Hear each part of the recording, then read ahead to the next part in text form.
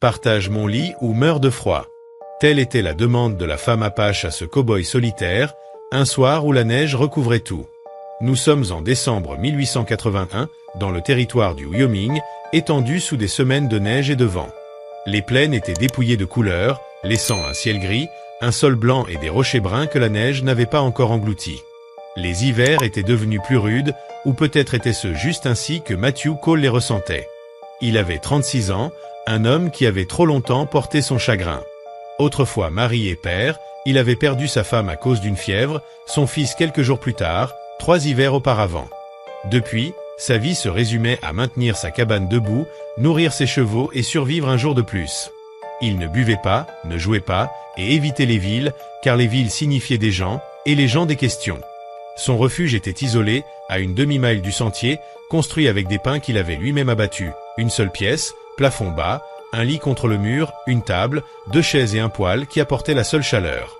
Sa mission était simple, passer l'hiver, couper assez de bois pour que le feu ne s'éteigne jamais, nourrir les chevaux pour qu'ils survivent jusqu'au printemps, rester discret et espérer que la solitude ne le consumerait pas davantage. Ce soir-là, alors que la tempête battait son plein depuis le crépuscule, un bruit frappa à la porte. Matthew, assis à sa table, réparant une lanière de cuir, l'arme posée à portée de main, écouta le vent rugir à travers les volets et remplir les fissures de poudreuse. D'abord un léger coup, puis un second, plus insistant. Son instinct lui souffla que nul ne venait si loin sans raison. Il prit son fusil, avança silencieusement et ouvrit la porte. Devant lui, à moitié ensevelie sous la neige, une femme se tenait debout. Ses longs cheveux noirs étaient glacés sur son visage, sa peau bronze, ses lèvres gercées, et ses yeux sombres fixaient Matthew avec intensité. Vêtue d'une robe en peau de serre ornée de perles mais déchirée, le froid la rendait raide et chaque frisson révélait ses formes. Sa voix rauque, meurtrie par le vent, prononça « Partage mon lit ou meurs de froid ». L'instinct de Matthew fut de refermer la porte. Il s'était promis de ne jamais s'attacher, de ne plus jamais être responsable d'une autre vie. Pourtant, il vit les tremblements de ses épaules, la rougeur de ses doigts, sa respiration haletante. S'il la laissait dehors, elle serait morte avant l'aube. Il abaissa son fusil, recula et ne dit rien. Elle franchit le seuil, le vent et la neige tombant d'elle, ses yeux toujours fixés sur lui, déterminés. Matthew posa une couverture près du poêle et la laissa s'asseoir, tandis qu'il versait un peu de ragoût dans un bol qu'elle saisit avec précaution. La chaleur fit lâcher ses épaules tendues. Pendant qu'elle mangeait, il observa, son esprit bouillonnant de questions. Qui était-elle? Fuyait-elle quelqu'un? Le vent hurlait, le poêle crépitait, et pour la première fois en 3 hivers, la cabane ne fut pas vide. Elle s'installa dans son lit, laissant de l'espace pour lui, et il s'assit au bord, sentant sa chaleur. Ni l'un ni l'autre ne parla. Le silence était empli par la tempête et la lente chaleur du feu. La nuit passa, entre sommeil fragmenté et pensées lourdes de souvenirs. Sa femme, son fils, la solitude qu'il avait façonnée. Au matin, le vent s'était calmé, laissant dehors un monde enfoui sous la neige. Matthew alluma une lampe, nourrissant le poêle, et la vit éveillée. Elle s'assit, la couverture tombant de ses épaules. « Je dois savoir ton nom, dit-il. »« Nia, répondit-elle, sa voix ferme malgré la fatigue. Matthew hocha la tête. Elle secoua la tête lorsqu'il demanda d'où elle venait. Mon peuple, dispersé, certains morts, d'autres capturés. Elle avait marché des jours, échappant à des poursuivants perdus dans la tempête. Il comprit que sa présence ici n'était pas un hasard.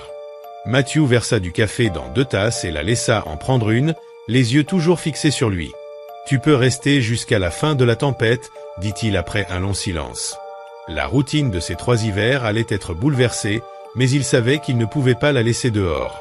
Elle était venue jusqu'à sa porte à moitié gelée, et pour ce seul fait, il la laissa rester. Il avait reconnu sa détermination, cette volonté de survivre qui, bien que troublante, lui inspirait le respect. Il retira la marmite du ragoût du feu et posa une portion devant elle. Cette fois, elle mangea prudemment, moins désespérée que la nuit précédente. Matthew observa ses vêtements. Sa robe était non seulement déchirée, mais si fine qu'elle ne tiendrait pas 1 heure dans le froid du Wyoming.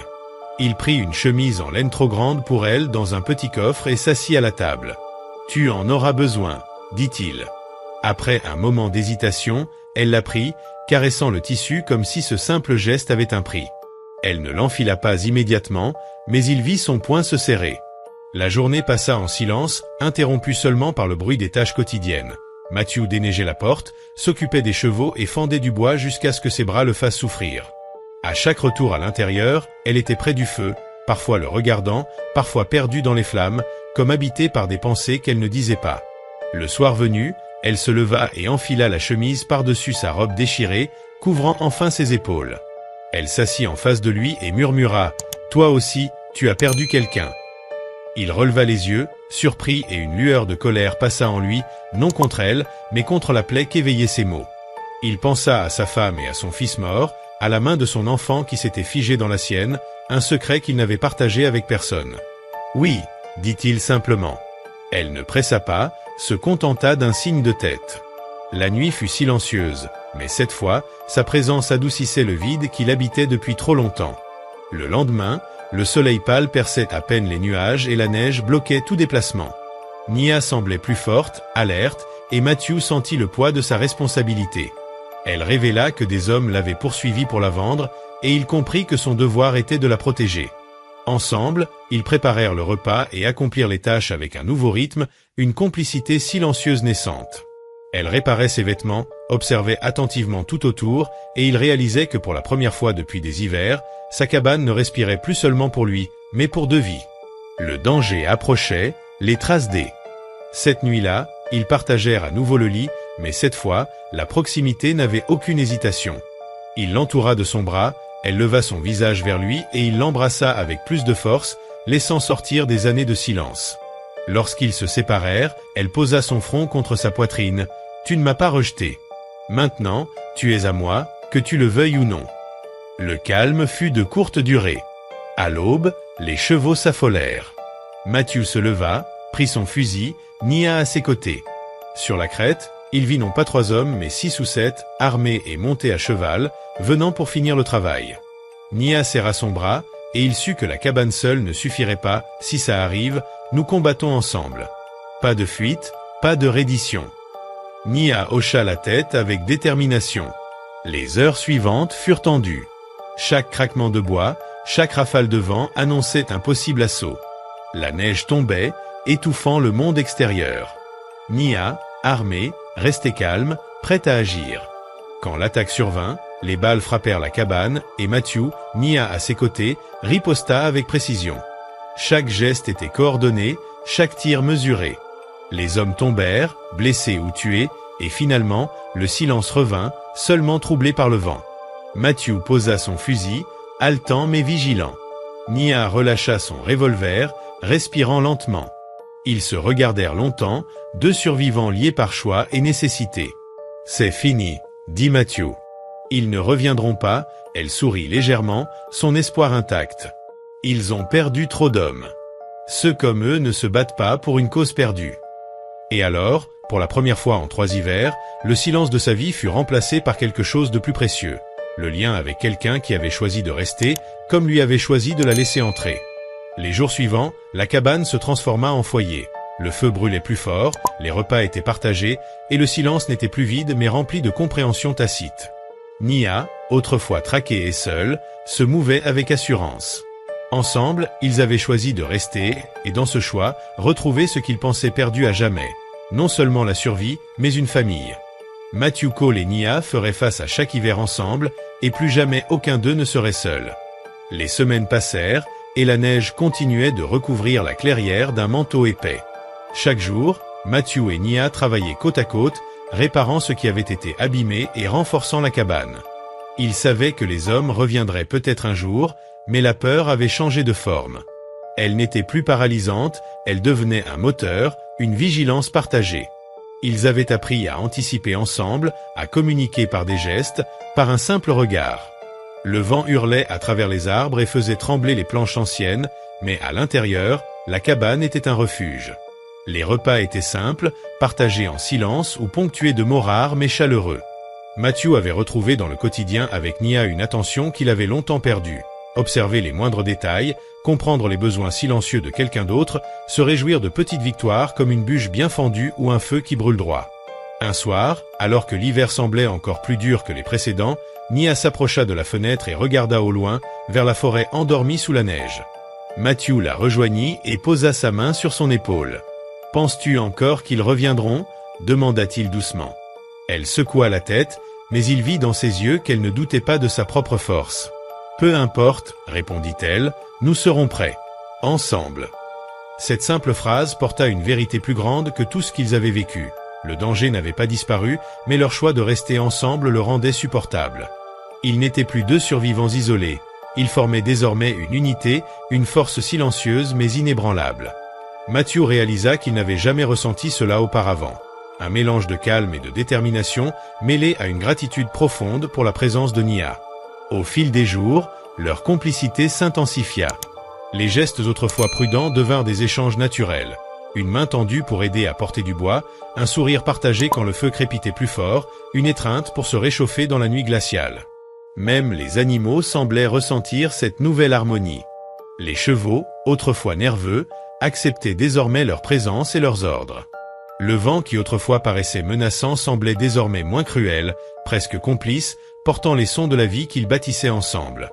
Et puis, un matin, le ciel s'éclaircit. La tempête s'était calmée, laissant place à une lumière pâle mais rassurante. Matthew et Nia, debout côte à côte, contemplèrent la forêt silencieuse et blanche. La cabane, malgré ses cicatrices, respirait la stabilité et la protection. Ils savaient que d'autres hivers viendraient, d'autres dangers aussi, mais maintenant ils avaient quelque chose qui valait plus que la peur, la certitude qu'ils ne seraient jamais seuls. Ce jour-là, Matthew prit la main de Nia et la serra doucement. Chaque hiver, chaque tempête, nous les affronterons ensemble. Elle sourit, son regard brillant sous le soleil hivernal. Oui, ensemble. Et tandis que le vent soufflait sur la clairière et que la neige scintillait comme un miroir de promesses silencieuses, ils comprirent que la véritable bataille n'était plus contre des hommes ou des armes, mais contre l'isolement et la solitude. Ensemble, ils avaient trouvé ce que personne ne pourrait leur enlever, un foyer et l'un l'autre. Poursuivant était visible, mais il avait choisi. Il ne la laisserait pas partir seule dans le froid. À travers leurs gestes partagés, leur proximité et la chaleur du feu, un lien s'était tissé, mélange de respect, de prudence et d'un commencement fragile de confiance. Chaque jour, Matthew comprenait que cette survie n'était plus seulement pour lui, mais pour elle aussi, et que rien ne la ferait céder, pas même la peur. Matthew remarqua qu'elle fixait trop longtemps les bois et s'approcha. « Tu as déjà vu des hommes traqués, n'est-ce pas ?» dit-il. Elle hocha la tête. « Ils sont peu nombreux, mais savent suivre. Ils ne craignent pas les tempêtes quand ils sentent la piste directe. » Elle serra la couverture autour d'elle, inquiète. La nuit, ils partagèrent le lit comme avant, le feu brûlant bas et projetant des ombres sur les murs. Nia se rapprocha, sa tête contre son épaule, sa main effleurant sa poitrine plus longtemps que précédemment. Matthew se tendit, puis se relâcha. Il n'avait pas ressenti le contact d'une femme depuis des années. Au milieu de la nuit, les chevaux soufflèrent depuis l'abri. Matthew bondit, saisit son fusil et ouvrit doucement la porte. 3 hommes à cheval observaient à distance, un bras levé pointant vers la cabane. « Ils nous ont trouvés » murmura-t-il. Nia, tendu mais calme, chuchota « Ils viendront à l'aube ». Matthew comprit que la lutte à venir n'était pas seulement pour survivre, mais pour la protéger. À l'aube grise, les murs craquaient et chaque bruit extérieur semblait plus menaçant. Il avait vécu seul pendant des années, mais désormais il n'était plus seul, et cela changeait tout. Nia, près du poêle, ne questionnait pas ses plans. Elle lui faisait confiance, malgré tout. Elle révéla que ces hommes prenaient femmes et enfants pour les vendre et qu'elle avait fui, pensant qu'ils la croyaient encore à eux. À mesure que les cavaliers approchaient, Matthew se prépara. « Ils tenteront de me faire sortir. Si je tombe, tu cours par l'arrière et prends la crête. » Mais Nia refusa de fuir. Matthew comprit alors sa force, elle survivait parce qu'elle ne s'arrêtait jamais. L'assaut commença. Matthew tira des coups d'avertissement, les hommes ripostèrent, et le combat s'intensifia. Nia se joignit à lui, tenant le revolver, démontrant courage et détermination. Au final, les assaillants furent repoussés, certains blessés, et la cabane marquée par la bataille. Matthew et Nia, vivants, reconstruisirent leur espace, partageant un silence rythmé par le feu et les gestes de survie commune. Lorsqu'il lui demanda si elle n'avait personne d'autre, Nia répondit que ses parents étaient morts et son frère vendu, faisant d'elle la dernière de sa famille. Matthew comprit alors qu'il avait trouvé une partenaire dans la survie, et non un fardeau. Cette nuit-là, alors qu'ils se rapprochaient l'un de l'autre, un lien nouveau naquit. Confiance, protection et un premier baiser doux et réfléchi, symbole de la vulnérabilité partagée et du courage trouvé ensemble au milieu du danger. Ils se tenaient l'un près de l'autre, avec une retenue qui semblait vouloir protéger ce qui avait grandi entre eux, mais chaque geste avait un poids. Des années de silence chez lui, des années de survie chez elle, se croisant dans un instant plus fort que n'importe quel mot. Quand ce moment se brisa, elle posa son front contre le sien, son souffle chaud effleurant sa joue. « Tu ne m'as pas rejeté », murmura-t-elle. La voix de Matthew, basse et presque rauque, répondit « Et je ne le ferai jamais ». Après cela, ils restèrent en silence, mais ce n'était plus le silence des étrangers. C'était celui de deux êtres ayant choisi, du moins pour l'instant, de rester ensemble. Le lendemain, Matthew fit clairement savoir son choix par ses actions. Il creusa une tranchée près du corral, plaça des planches contre les fenêtres et accumula du bois près de la porte. Nia l'aida, transportant la neige, cassant des branches pour le feu et portant de l'eau. Elle ne se comportait plus comme une invitée, elle semblait appartenir à cet endroit. Le soir venu, la cabane avait changé. Les cicatrices du combat étaient encore visibles, mais une nouvelle force s'y était installée. Matthew observait Nia scier la manche de son manteau, abîmé par une balle. Ses doigts bougeaient avec précaution, ses cheveux tombant sur sa joue, la lumière du feu réchauffant sa peau. Pour la première fois depuis des années, il ressentit ce qu'il croyait perdu à jamais, l'espoir. Mais il savait que le danger n'était pas terminé. Les hommes ne pardonneraient pas si facilement leur mort. Ils reviendraient, et le combat serait plus difficile. Pourtant, lorsqu'elle leva les yeux vers lui, il sut une chose, ils feraient face ensemble. La cabane ne ressemblait plus à l'endroit que Matthew Cole avait gardé pour lui seul toutes ces années silencieuses. Chaque recoin portait désormais sa présence. Le pull plié après qu'elle eût porté, l'aiguille et le fil toujours à portée de main, la couverture étalée sur le sol près du feu. Pendant des années, il avait laissé les jours passer sans remarquer ces détails, mais maintenant il les voyait, et elle avec. Le danger persistait. 3 hommes étaient venus, 2 avaient été tués, et 1 avait échappé. Un survivant signifiait que la nouvelle se répandrait, et d'autres viendraient, attirés par la colère, la cupidité ou l'espoir d'un commerce. Ce n'était pas une question de « s'il viendrait », mais de « quand ». Cette pensée guidait chacun de ses gestes. Il réparait les murs de la cabane, vérifiait son fusil plus souvent et portait de nouveau son revolver à la ceinture. Nia, sentant son inquiétude, se tenait prête avec calme, consciente de la menace sans la nier. Ce matin-là, Matthew la trouva près du corral. La neige gelait ses pieds et l'air mordait son visage. Elle s'était enveloppée dans son manteau, ses cheveux sombres tombant sur ses épaules. Ses yeux scrutaient la ligne d'arbres comme pour deviner le danger avant qu'il n'arrive. « Tu observes comme quelqu'un qui a été chassé », murmura-t-il. Elle se tourna vers lui, impassible. « Je suis traqué. Et toi aussi, maintenant, parce que tu as choisi de rester avec moi. » Plus tard, alors qu'ils scindaient du bois ensemble, Nia posa la question qu'elle avait retenue. « Pourquoi vis-tu ici seul ?»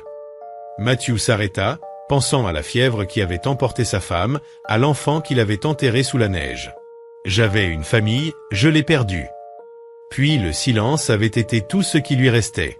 Nia le regarda longuement, ses yeux sombres plus doux que d'habitude. « Le silence te garde en vie, mais il ne te rend pas entier. » Ces mots le touchèrent profondément.